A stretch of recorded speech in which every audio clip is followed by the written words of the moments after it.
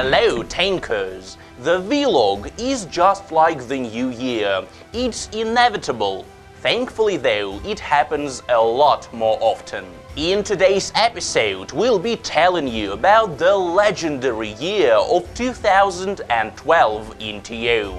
We'll also be teaching you how to play with Smokey and announcing a new contest. Let's go! Last Thursday, we made two small but pretty significant changes to Tanki Online. First, paints are now sorted differently. From now on, unique and award paints are at the very beginning of the list, followed by the other paints from the most advanced to the most basic. So, in short, the paints you actually use the most often are now the easiest to access. And secondly, you can now preview a paint before buying it. So, before spending your precious crystals, you will now be able to see how well the paint fits with your turret and hull combination. Guys, we have just launched the New Year postcard contest on our Instagram. To participate, you need to create a postcard using any method you wish and post it on your Instagram along with your nickname and a Tanki Online 2016 hashtag. How you create the postcard is entirely up to you. You can draw it on a sheet of paper or in graphic software, craft it out of wood, take a picture. In other words, your imagination is the limit. Just make sure it's related to Tanki Online and the new year. Entries are accepted till the 23rd of December. Prizes are lots of crystals. For more information, click on the link in the description. Combining something fun and something educational can be pretty tough, but not impossible. This weekend, we are holding a pretty unusual quiz in TO. The task is to answer several questions that will test your knowledge of Tanki Online's rules. Those who complete the challenge will be rewarded with 2,000 crystals. The quiz will be on for 2 days, from 2 AM UTC on the 12th of December to 2 AM UTC on the 14th, so don't miss it. Each passing day in the 3-style tournament pushes the excitement higher and higher. Last week, the group stage ended with the best 32 teams proceeding to the playoffs, where there's definitely no room for mistakes. The first battles of the stage are already over, and today, Friday, the 8th finals will be played. Make sure you follow the tournament's progress via the special site and our Facebook page.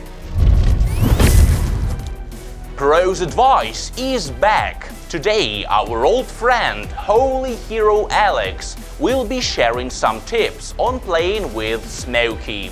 Let's hear what he has to say. Hey guys, this is Holy Hero Alex. Today we'll be talking about using Smokey in team battles. Let's start. The main advantages of Smokey are critical damage, high impact force, and a decent firing rate. These qualities make this turret highly versatile and equally well suited for attacking, defending, and playing midfield. There are no special requirements for an accompanying hull, but in my opinion, the best choice is Hornet. With some skill, the increase in speed and maneuverability will always overcome protection. Now about prioritizing targets with Smokey. Always shoot at railguns and shafts first, trying to knock off their aim. The reason is simple, a missed shot from these turrets costs the enemy team a lot. After that, your targets are light hulls. Smokey has an excellent firing rate and super high projectile speed, which means you are a lot more effective than Ricochet or Twins at neutralizing enemy wasps and hornets. Once you've achieved a certain level of skill with Smokey and have no problem hitting certain areas of your target, you should start shooting at the corners of enemy tanks. Which ones exactly? Well, that depends on the situation. When it comes to light hulls driving at high speeds, hit the front corners. You'll be able to stop your enemies or change which direction they're going. And if the enemy drives into a wall or falls off a bridge, you'll be able to finish him off easily. In close combat, always try to turn the enemy tank in the direction opposite to the one you're moving in. You'll make it really difficult for him to aim and hit you, saving yourself some damage. If the enemy is prepared and is standing next to a wall when facing you, just shoot into his turret. If you fight a tanker with a railgun, a well-timed hit will result in the railgun's shot going above you. All in all, Hornet and Smokey should be dancing on the battlefield. The element of surprise is your main asset. When at mid-ranges and firing from cover, always change your position. Hornet's speed and Smokey's rate of fire will really complement this tactic. That's all from me. This was Holy Hero Alex. Play with Smokey like pros. Good luck! The time has come for a new video on the history of Tanki Online. Today's one is about the year of 2012.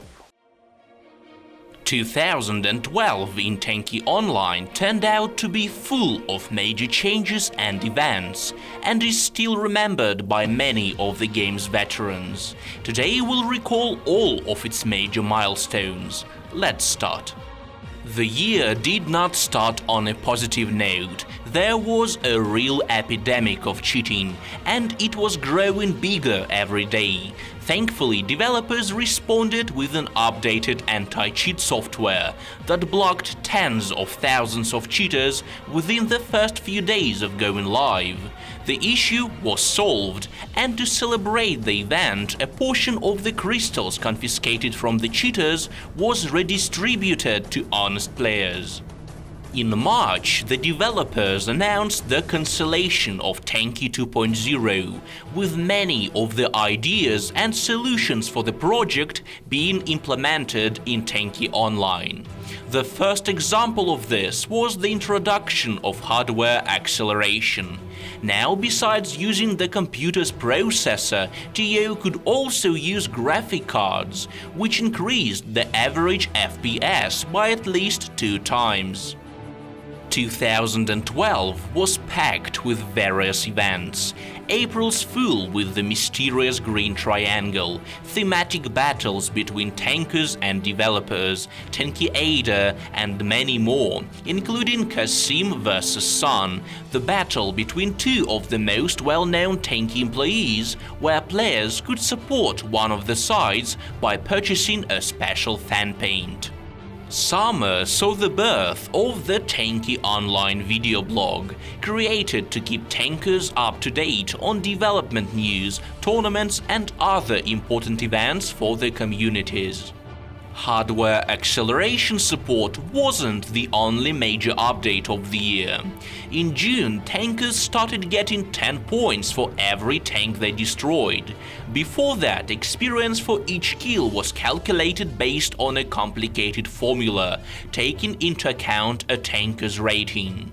A general would only get 1 point for destroying a second lieutenant, so the update made it a lot easier to reach the top rank. Autumn brought an extremely juicy update, introducing control points mode and updated graphics with completely reworked textures. In just 1 month, developers introduced the support for dynamic shadows, which made the game look a lot more alive. And of course, the 17th of December, the famous rebalance that split the history of Tanki into two parts, before and after. This was the biggest TO update ever, changing parameters, rank limits and the prices of all turrets, hulls and paints. First and second tiers were scrapped, and from that point onwards, all turrets and hulls became equally competitive. The changes were truly radical, so developers decided to remove all turrets, hulls and paints from players' garages and refund all the crystals spent on them. Additionally, 3 new ranks were introduced: Field Marshal, Commander and Generalissimo. At that point in time, most marshals already had more than 1,400,000 experience points, so there's no real answer to the question of who was the first Generalissimo. Several thousands of tankers achieved the new top rank with the update.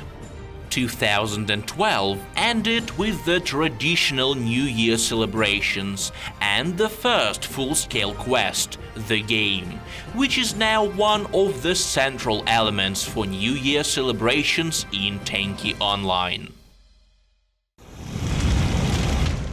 Video of the week. We received more than 100 epic clips since last Friday, and now it's time to watch the best of them.